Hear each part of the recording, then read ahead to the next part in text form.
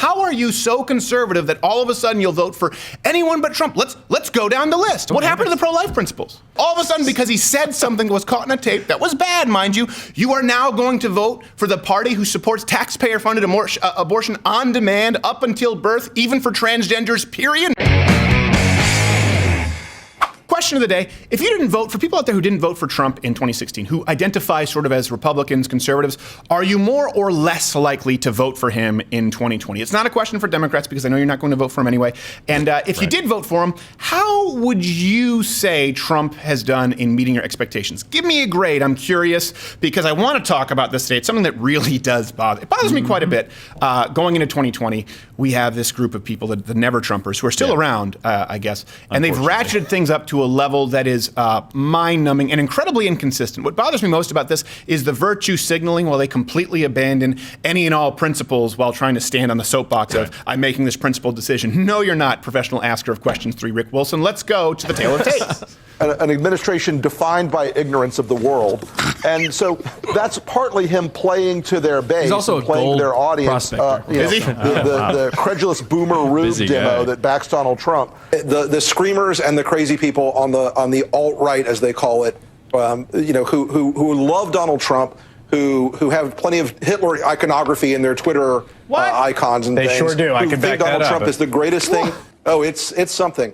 But the fact of the matter is most of them are childless single men who masterate to anime. First off, that last guy looked like a robot at Chuck E. Cheese. Yeah. You should be Rick Wilson, you say it's your birthday. Remember that, Chuck E. Cheese? Yes. Now it's nothing but a screen at Chuck E. Cheese. They don't have the robots anymore. Animatronics. Terrifying. So all of these people, including love to work on Modern Family, they claim to be Republicans of some sort. And we also have another a tweet. I just had to include it from Bill Crystal, with a K. Not presumably forever, not perhaps for a day after November 3rd, 2020, not on every issue or in every way until then, but for the time being, one has to say, we're all Democrats now. If one's a dick, and this is actually one has to say, okay, you can be the one. All right, I don't understand what this. We all have to say why. I don't understand this at all. And the reason they claim they won't vote for Trump is because of these presumed consistent conservative principles. And they're so principled as conservatives, the Never Trumpers, that they will abandon all of said conservative principles overnight. Because Donald Trump is mean. He tweets the mean thing, so I'm going to go vote for open borders and abortion. Yeah, I'm conservative. I don't even know what that was. It was someone named Paco Jimenez. I knew in my childhood. Just going to give you the room to work Anna Navarro, it was close enough. And here's one thing I think is important, because people will point this out. Yep, I was not a Trump fan in the primaries, okay? No. I know that a lot of people out there were. And I think there was an appropriate time for people to be reasonably skeptical. Yeah. Because during the primaries, especially before or even before the general election with him and Hillary Clinton, he was an unknown entity. At that point, he had been a Democrat for a very long time as well. He had given to both parties. Right. We really didn't know. And that was part of his appeal, was the unknown, that he was an outsider.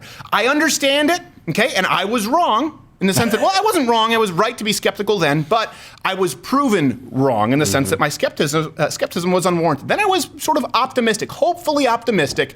And I will say this, pleasantly surprised at this point. But in 2020, is he still an unknown? This is the thing that doesn't make any sense right now. I can understand Never Trumpers before 2016, but now as we go into 2020, anyone out there who feels this way, please send me your justification. How are you so conservative that all of a sudden you'll vote for anyone but Trump? Let's go down the list, all right, of your principles. The right to life. You're pro-life? That's a big one. What happened to the pro-life principles? Did those get completely thrown out the window the second that Donald Trump mentioned grabbing people by the undercarriage? Is that what happened? So all of a sudden, because he said something that was caught in a tape that was bad, mind you, you are now going to vote for the party who supports taxpayer-funded abortion on demand up until birth, even for transgenders, period, no exception, tail of the tape. New York Democratic Governor Andrew Cuomo for passing a historic bill legalizing abortion up until birth. This is infanticide that we're talking about. Republican Ben Sasse blasts Governor Ralph Northam of Virginia for supporting a bill in his state that would have allowed abortion up until and during birth. The infant would be delivered. The infant would be kept comfortable. It's hard for me to even watch this clip. This is so horrible. The infant would be resuscitated if the more that's context what you add, the worse it mother is. and the family desired. You can't explain it away. Discussion would ensue between the physicians and the mothers. Just because a woman, or let's also not forget, someone in the trans community, a trans female, is poor doesn't mean they shouldn't have the right to exercise that right to choose.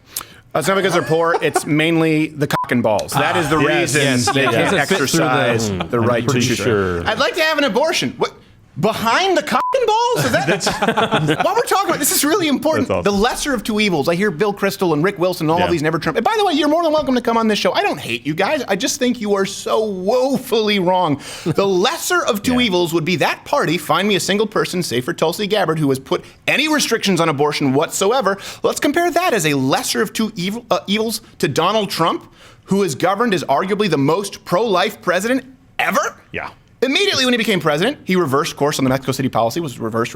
It basically means that we're not providing abortions or sending funding to abortions overseas. Yep. Then he enabled states to cut off federal funding to Planned Parenthood and other abortion groups while allowing them to provide some of these funds to other groups that help with crisis pregnancy that don't provide abortions. Right. He also cut funding for the UN Population Fund, which supports abortion, forced sterilization in China. And then, of course, he also rolled back the Obamacare birth control mandate that would force employers to have to pay for what they believe to be abortificants. Is it abortificants or abortificants? Like Maleficent? I don't care. The point is, he couldn't be more pro-life as far as how he has governed, not to mention the Supreme Court. And you talk about lesser of two evils. President Trump's Department of Health and Human Services defined life as beginning at conception, which really isn't all that radical considering that's every science textbook ever. Yeah. That's awesome. It's radical, though. And he was the first president ever to go to the March for Life. And some people... Which was huge. Well, some people say that was a political move. Here's the thing. I understand. Let's say that all of these steps were just political moves. They were calculated. Who cares? If your reason for not supporting Donald Trump in 2020 is your principles, you should still be happy with the outcome at this point. Let's go to the Second Amendment. You claim that this matters, the lesser of two evils. Well, what happened to your pro-Second Amendment principles? We won't even get into the First Amendment today because we know it's a lost cause for the Democratic Party. But the Second Amendment, let's just go down the list to number 2. Did those get thrown out of the window? Because now you can vote for a party who they want to ban all semi-automatic, not automatic, semi-automatic, which would include nearly all handguns and firearms. They want to create a national registry. And the justices, by the way, the left's justices have actually argued that private citizens have no right to owning firearms whatsoever. This is the lesser of two evils. We should take weapons of war off our streets. Hell yes, we're going to take your AR-15, your AK-47. No, you're not. We're not going to allow it to be used against our fellow Americans anymore. I think there would be a visit by law enforcement to recover that firearm and to make sure that it is purchased, bought back, so that it cannot be potentially used against somebody else. The only way Beto O'Rourke is wielding an AK-47 is if an Acme white flag going pow comes out. Exactly. Never Trumpers. It's the lesser of two evils. On the Second Amendment, under President Trump, we've seen rollback of Obama-era regulations, right? They took, a lot of people don't know this, took gun rights away from seniors merely because they needed help managing money.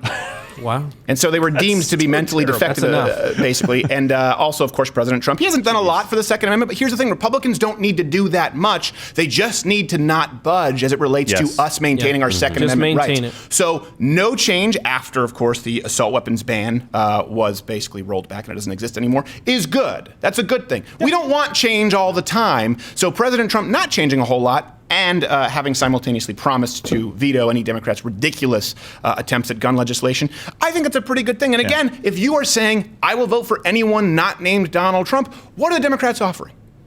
Never Trumpers, what are they offering? What's that sensible middle ground? Is it domestic abusers can't get? No, we already have that. Is it having to pass a background check? No, we already have that. It's banning all semi-automatic weapons and firearms that have magazine capacities, or at least banning the magazines that are over 10 rounds like we have in California, and then forcing people to have to register for ammo. Is that what you're talking? That's the middle ground from the left. So I would love to know, Ana Navarro and Rick Wilson and Billy Kristol, what do the Democrats offer you that you see as the lesser of evil in comparison to Trump's evil? Let's go to the economy, right? Because I wanted to start off with pro-life. Let's start with Second Amendment, kind of moral issues. Let's go to something results-oriented.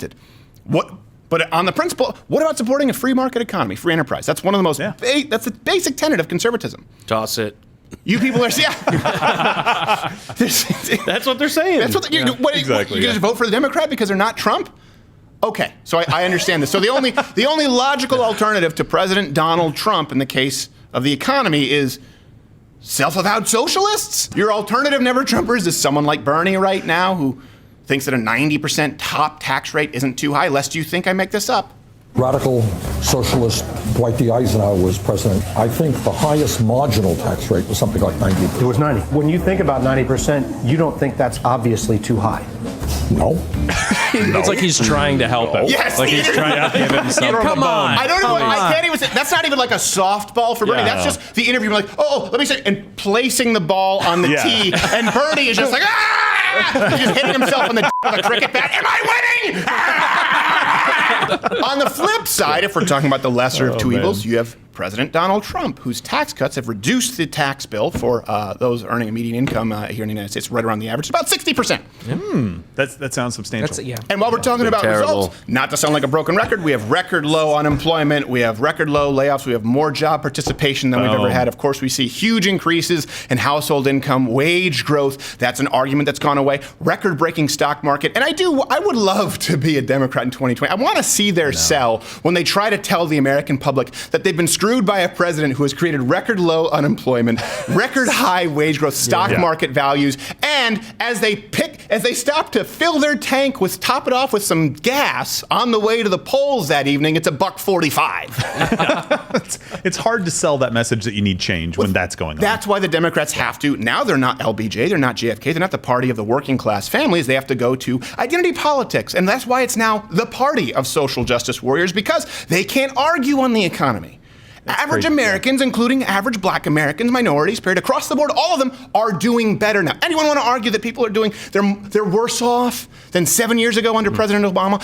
Leave your comments. I'd love to see you heckled out of the comments. Let's go to immigration. Never Trumpers, your principles, immigration. So let's be really clear. Democrats not only want a socialist healthcare system, and I mean that, a socialized healthcare system. I come from one. I'm not using it as a racist dog whistle. I come from a place where I have buried relatives who could not get the kind of care that they would get here in the United States. It's a place called Canada, kind of little country to the north of us. Look it up. America's hat. They not only want to have a socialized healthcare system, which would put people in shallow graves, they want to extend that socialized healthcare to all citizens or non-citizens. Raise your hand if your government plan would provide coverage for undocumented immigrants. I like the last few. Cricket bat! Bernie's just like, everybody got Everybody's got, me too? Okay. Heroes. The one or two, they were like, all right, I hope someone's watching this and changing my website really fast. Quick, get on that right now. Otherwise, Taylor Swift's going to start a petition. Oh, yeah.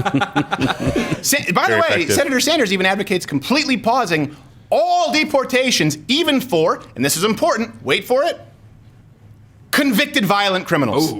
So we are going to end the ICE raids, which are terrorizing communities all across this country. Enforcing the law. We are going to impose a moratorium on deportations. Okay.